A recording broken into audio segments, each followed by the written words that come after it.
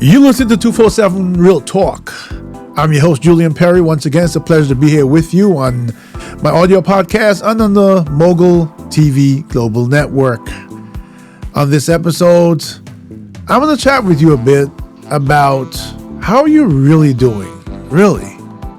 So sit back, relax. I'll be right back with you.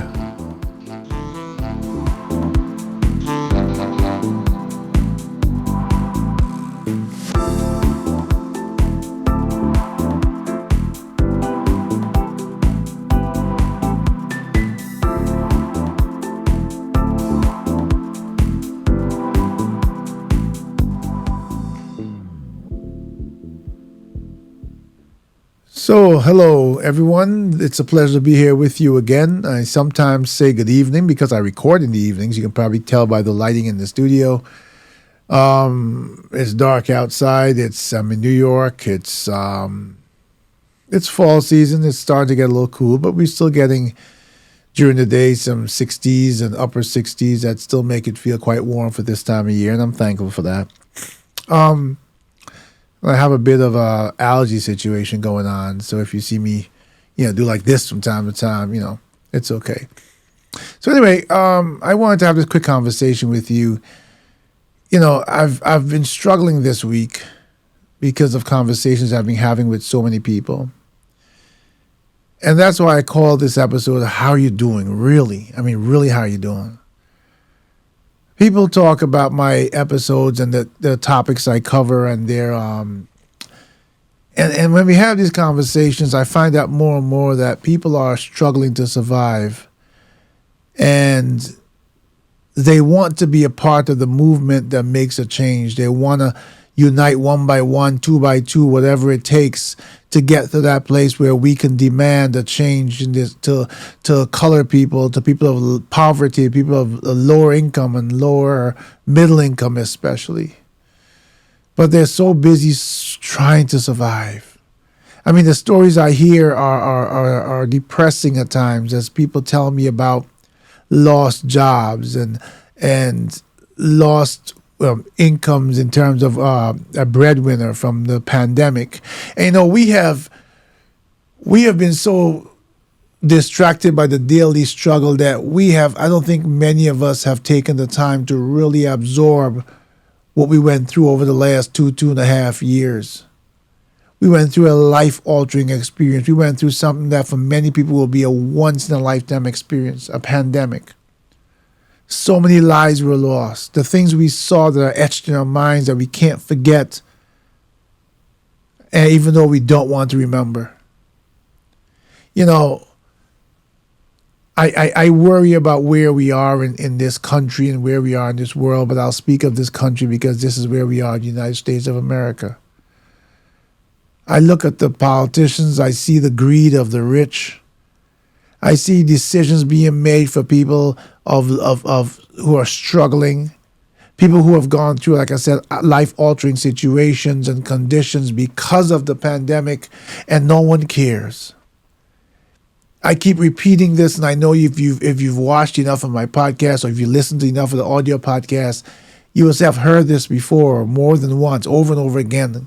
And I keep saying it because I'm trying to get the message out there. And I keep asking my listeners to help spread the message, either by taking the advocacy on your own or taking my podcast and sharing it with more and more people.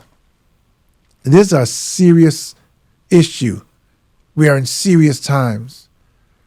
It's amazing to see how much politicians live on their own partisan affiliation and how little it has to do with human life. I remember speaking to some friends in the military years ago who talked about sitting in C-130 transport planes on top of reams and reams of millions of dollars printed from the U.S. currency given to Iraq and to other countries in the world. And we know we're doing it to the Ukraine right now. And American people are punishing. And our politicians are the ones who sit nice and cozy and comfy every day in their high elevated positions that we put them into, are more concerned about How does the U.S. dollar value to the rest of the world? Because they're concerned about wealth. And I know that if they feel that if they make an influx of money into the economy, that's going to devalue the dollar. So who pays the price? The American citizens. The people who they depend on when any other country or any other issue challenges this country are the same people they stomp on when they feel we're not useful for that moment. You look at a place like Ukraine, where all the Ukrainians are fighting for their country. They're fighting side by side as equals. They're treating each other as equals. And we are helping them, but we won't help our own. I am ashamed at what our current administration in this country is doing when it has the power to make a change, to recognize that it is occupying the White House and the government at a critical time in the history of this country. I hear stories of people telling me that they lost their jobs, and it was a 2-income household and one breadwinner is lost to the pandemic.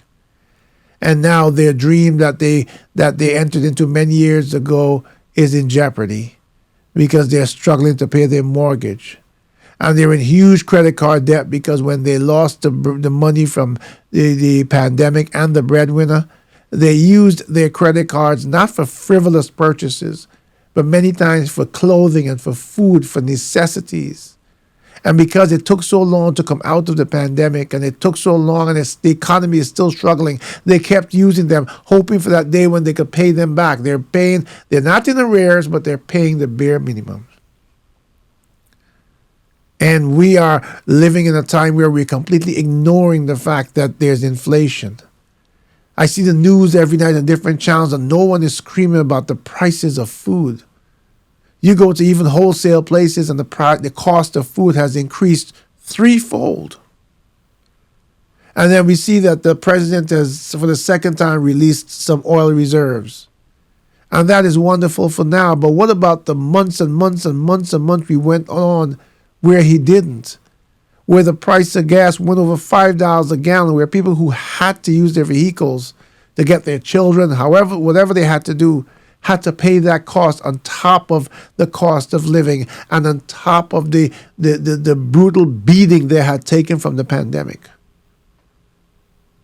Gas was never supposed to get that high to begin with if you were talking about helping people, because then only rich people could afford to pay for it. So people are now in debt. Every statistic you hear in the news talks about the debt, the credit card debt, and the debt the American people are in. And the stories that people tell me personally with tears in their eyes is what happens come January 1st when they have to pay student loans. And yes, every time I have an economic conversation, I come back to student loans because it's going to be the death or the nail in the coffin of millions of Americans in the nail in their American dream. They're going to have to do one thing or the other: pay their student loans and not pay their rent, or not pay their credit cards. Either way, they're doomed, because in one way or the other, some debt collector is going to come after them and their salary. And the federal government is one of the most aggressive debt collectors. So now they're going to have to deal with someone garnishing their check. They can't pay their credit card. They can't use their credit card. They can't pay the minimum. Their credit score goes down. That mythical rip-off of something called credit score in the United States. And I've done an episode on credit scores before, and I'll do another one to share it with more people so you understand what kind of crooked system that is, that's designed for the wealthy and is not designed to help people. Imagine if you try to get, say, a personal loan now to pay off debt, to lower your interest rate that you're paying on different credit cards. You should see the rates that they're charging, and they say that's based on your credit score. But how did your credit score get that way when you never missed a bill? We went over this conversation, and it's a different one that I don't want to get into in depth now, but the point is, where are the systems that are truly designed so that we can all enjoy the American dream? They don't exist. The systems that exist allow rich people to get richer and point their fingers to the rest of the world, the rest of society, and say, we're not like them, we're better than them. Many of these people are born into wealth that came before them. Many of these people over their lifetime end up in court and in jail for the greed and for the crookedness they did to gain more wealth. We know the Bernie Madoffs, right? We know those people who had dreams of being so rich that the only way they became rich was to make people who had struggled so hard and saved their money was to steal from them, was to destroy their lives to live the lifestyles they wanted. Come on, America. We have to do better. We have to do it now. I'm looking right at you into this camera. I'm asking you to share this episode with every single person you know. Those on my audio podcast, do the same.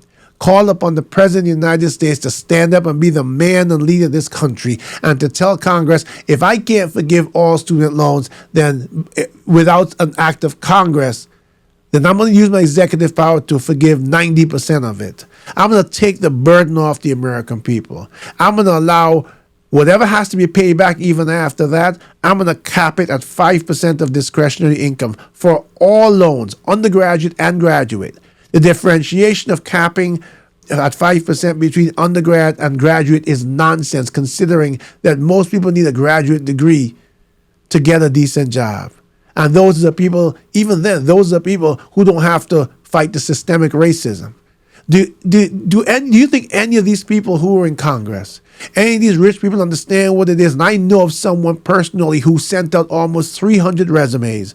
I know of someone who went and got an interview. Out of 300 resumes, I think they got 2 interviews. And one of the interviews they went to, they were really good at what they do. And they got a callback, and they went to a second interview, and they were so good, they went to the final interview. They told me with tears in their eyes, they says, I got to the location in Manhattan, and I walked into the office, and I knew I was done because I walked in there, and I was the only person of color in the entire floor. The entire business, every single person from the employees to the janitors, to whomever was working there, were all white. Now, don't get me wrong. Again, I say this to you all. This is not a prejudicial statement I'm making. This is a factual statement I'm making. They told me that they sat there and they went to the third interview and they got all sorts of praise from the people who were around them and seeing what they were doing as they did the practical part of it. They know they aced it. But they also knew as they walked away from that, they could feel the sadness in their heart because they knew that they would not get a call even though they made it to the final round. Because when they sat in that office, they realized that they were out of place. That office had a culture in it that didn't include people of color. And this has happened systemically across this nation. We turn the blind eye to it. We make all sorts of excuses for it. But the color of your skin does not determine the level of intellect or learning that you have. The color of your skin does not determine the level of excellence you can achieve. What is determining that we will always be in a struggle as people of color is because the opportunities are not afforded to us because we have a difference in color of skin. And we, people of color, are the majority in this country. Yet we lack the ability to unite, to use the power of the majority, and therefore we succumb to the rule of the minority. I don't know how many people are getting fired up. I know you're tired. I know you're worn, you're beaten down from a pandemic. I know you're just glad to be outdoors again and to be able to go somewhere and live some sense of normalcy. I know some of you are mourning the loss of loved ones. I know some of you don't have time to digest what I'm saying because you have to go to sleep and take care of the kids and get up and go to your second job. And the rest of you are sitting there trying to figure out how long you can be able to live in your house before the hammer drops and you start dealing with the banks coming after you. When the paychecks you get from working endlessly and tirelessly don't add up to the bills you have. Because all of before the pandemic, you were just making it. You had managed to find a job, you managed to buy a house and buy whatever you had within those means. And look what happened to the nation. And now you're barely making it and you're waiting for the vultures to come to snatch away your American dream. Because your own government, Your own human beings standing side by side. Your own human beings that bleed the same blood, that have features the same but difference in color. Your own human beings that are so involved and so engulfed by greed and the need to be so wealthy that they will stomp on you and tread over all of you and all of us to achieve their dream of unending wealth. They have some mythical understanding that when they die, just like we all will, that maybe someone's going to go to the bank and turn all their wealth into cash and stuff it in their casket and bury it with them. And maybe when they wake up in the afterlife, they'll be rich again. I feel sorry for these folks who have taken materialism and made it the measuring rule or the measuring stick for how they treat human beings. We should take a pride in being human beings with each other. I think about people who have positions at jobs and businesses, who make the business and the job about the work and not the people. I've heard that said to my face, that their job, someone said it to me, that their job and everything they do is about the work, not the people. People as narcissistic as that fail to realize the error of their own ways and are so engulfed in their own mind and being legends in their own mind that they fail to listen enough and they fail to have the capacity to understand how wrong they are. But I'm someone of faith and I'm someone who has hope. And despite the stories I hear and despite my own challenges and despite the days when I feel, how do I get up and stand again? I get up and I stand again the next day. Because nothing is forever. Nothing stays the same. Everything changes after one time or another. And despite the violence we see even here in New York and around the world and the lack of empathy and the lack of care for another human life, the way we read in the news and listen to the news every day and hear how we're shooting and killing and stabbing each other, where we have diminished the value of life to nothing but an argument or someone bumping into each other. Just days ago, two gentlemen bumped into each other on a platform in, I forgot which train it was in Queens. And one of them ended up even being pushed or fell on the tracks and lost their life. This is how we value human life. People are getting robbed and slashed and stabbed and every day. I don't remember in all my years hearing of so many hit and run accidents where people are hitting people accidentally, whatever reason, purposely crushing them, taking a life and taking off. An accident is an accident. If we're driving with care, we care for each other, then an accident is an accident. But these are hit and runs. Every single day in the New York City subway, someone is stabbed. People are being shot every day on the street. A few lives are lost each day. This is not about the instruments we use. This is about our lack of humanity and our lack of value of our lives and the lives of others. So how are you really doing? How do you feel if you sit back and examine your life? What do you feel you can do to help make a difference and to join me in this struggle, to make the voices scream louder, to understand that the people of color are the majority, and if we can get past our differences, what a difference we can make for each other. We can change the playing field if we change our mindsets. I continue to hear people screaming, thunderous silence I call it, for help. And no one is listening. Well, because this is real talk, I am listening. And I will continue each and every day to reach out to you with the hope that you will start listening to. And that you will become as troubled and affected, as disgusted as I am, as how we are conducting ourselves as human beings towards each other and towards life. And join me in this change. Join me in making a difference. This has been Real Talk. I'm your host, Julian Perry. Until the next time, please take care of yourselves and each other.